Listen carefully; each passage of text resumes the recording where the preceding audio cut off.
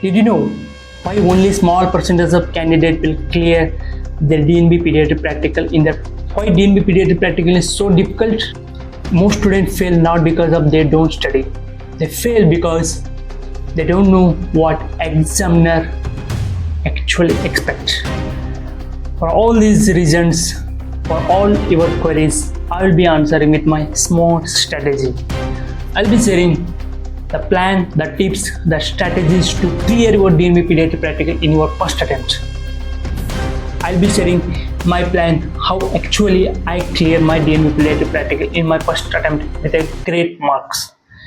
So without further delay, let's enter in my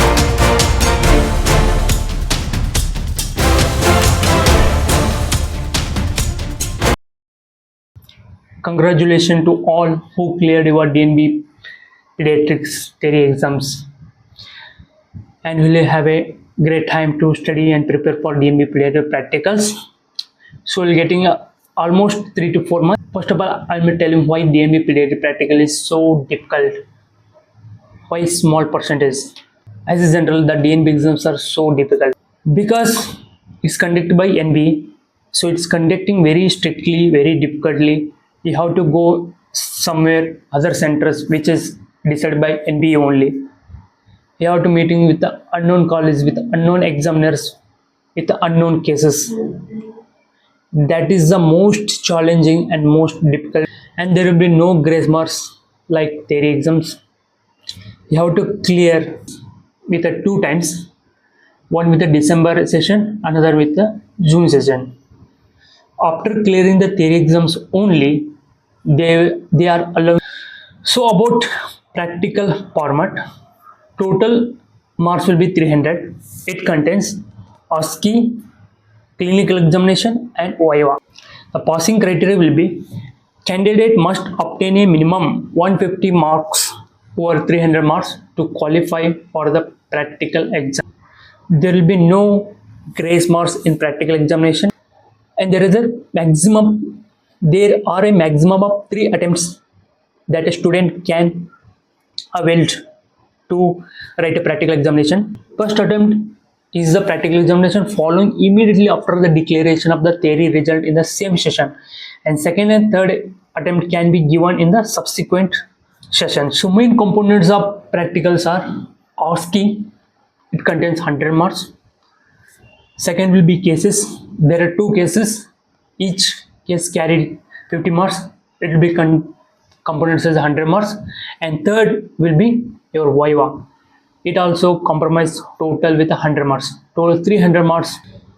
So preparation strategy, I'll be explaining how to go, how to read, how to plan for each session to clear your DNB Pediatric examination in your first attempts.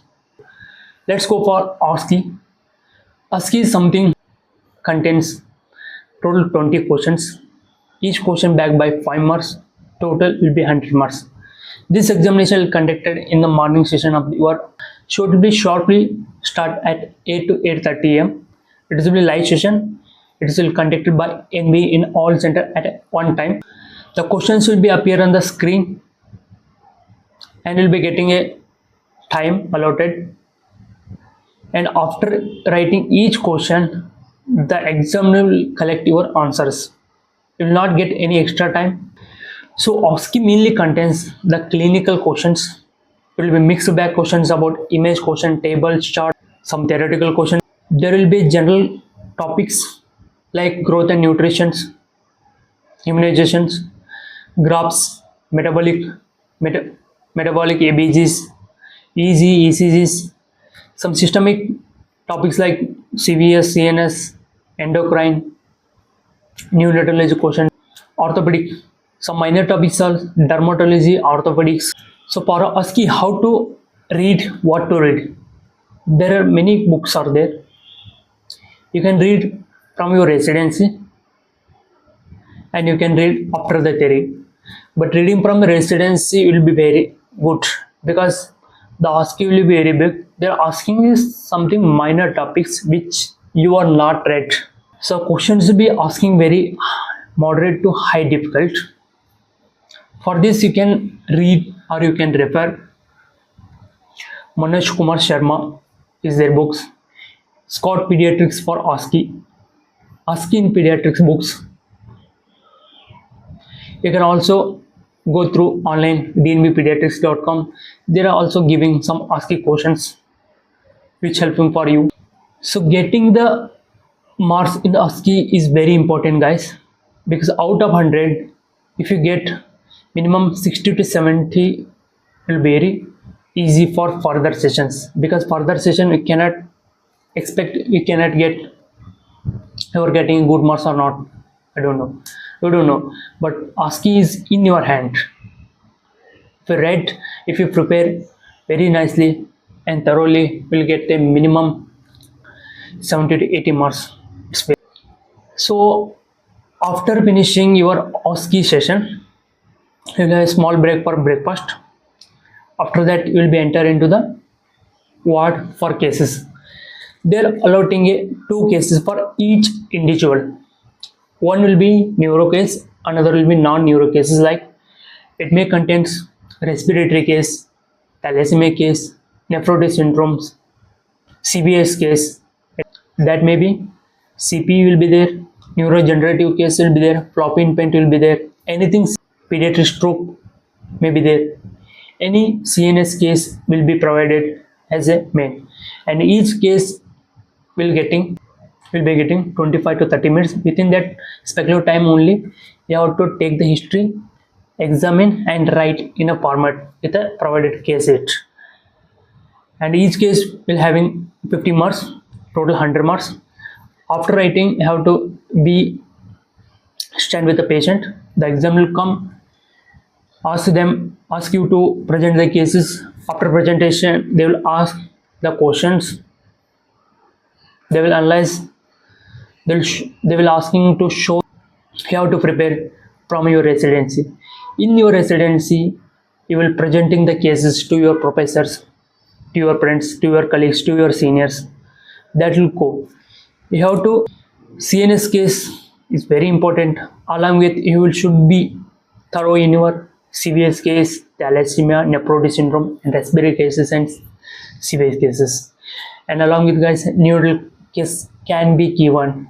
In some centers, they will also providing the neural case as a long case. For these clinical cases and clinical format, you can read Santosh Kumar. It's good. It's a good book. Arut Chomi is there. Piyush Gupta practical book is also good. CVS mainly it's a good, very nicely written in the Piyush Gupta. I read, because CNS case within 20 minutes it's not possible to finish within the speculative time if you are not practice, if you not know the don't know format. It's very difficult. So please present your cases in your residency. Don't be fear, and write and practice. Mock the practical examination. So final session will be ward rounds with VIVA. Ward rounds contains mainly they'll providing the 4 patients will be there or mannequin, along with some questions will be there. They'll ask the questions and you have to answer that questions. For example, the patient will be sitting. The question will be, please examine the respiratory system examination. Tell the findings. For example, if a neurologic case will be there with a jaundice, they will be asking what is the diagnosis, how to interpret. Down syndrome cases will be there. They will be asking, please examine the head-to-toe examination and tell me findings. So like this, clinical rounds, ward round will be there. It's very easy if you thorough in your clinical concepts. You can go and score very nice. And each ward round will contain 10 marks, total 40 marks, and remaining 60 marks will be covered by VIVA and spotters. There will be 4 tables. One table will contain NRP, one table will containing X-ray, CT, MRI, one table will be containing nutrition and vaccines, one table contains drugs, instruments. So each table will be taken by examiner and each table will be got. So for this, you have to throw your NRP session. You'll be attending basic NRP and advanced NRP. It should be thorough and it should be updated with updated version. And for nutrition, immunization should be thorough. For each nutrition, what is the calorie, what is the protein, what is the importance, what is the deficiency. Immunization, what is the side effect, what is the dose, where you have to give. You should be also thorough for national immunization schedule and IP schedules. And for X-ray, CT, MRI, you should be thorough with your common diagnosis.